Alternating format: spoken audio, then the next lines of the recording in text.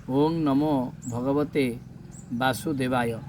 प्रिय सज्जन वृंद, कौन सी कारणवशतः मोर वीडियो गुड़िक मध्य छाड़ी पार नी।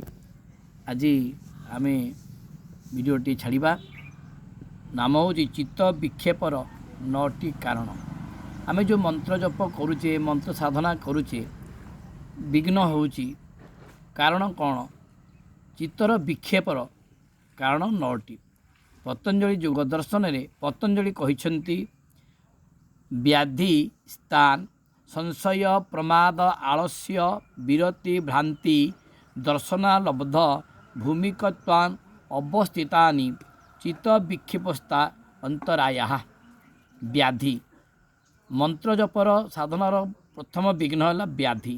विभिन्न प्रकार रोग जदि आपण देह अच्छी ताले आपण जप करि नाही।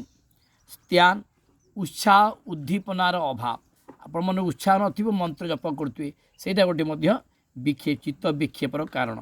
संशय साधना मोर पूर्ण हेबो कि नाही से उपरे संदेह करिवाटा। प्रमाद अथ त्रुटि ठीक भाव साधन न करिबा, भल गुरुटे न करिबा, केमिति जप करा जीवो तार विधान न जानिबा, सेते त्रुटि सृष्टि हुए।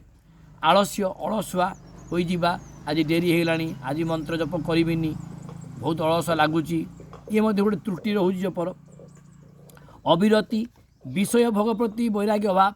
विषय आज भल खाइबाटा हेलानी, आज भल पीवाटा हेलानी, आज भल पिंधिबाटा हेलानी, आगु कहती अविरति। विषय भोग जार विषय भोग प्रति जार रही आसक्ति से मध्य मंत्र साधन करिपारिबो नाही। तापरे भ्रांति दर्शन दोष त्रुटि खोजिबा, ए मंत्र मोर सक्सेस हम कि नहीं, ए मंत्र किभली कि याठू आ बड़ मंत्र अच्छी कि ए भलिया जो अच्छी भ्रांति सेटा मन रहिया कथा नुहे।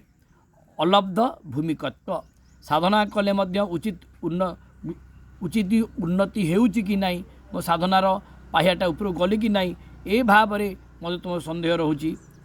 अनवस्थितत्व साधन सिद्धि आड़ को जाऊले मध्य चित्तर चंचलता जो विरत होगा। साधना होउथिबो पुणी मनर चंचलता हेतु पुणी तलू जाऊथिबो। यही 9टी कारण होची चित्त विक्षेपर।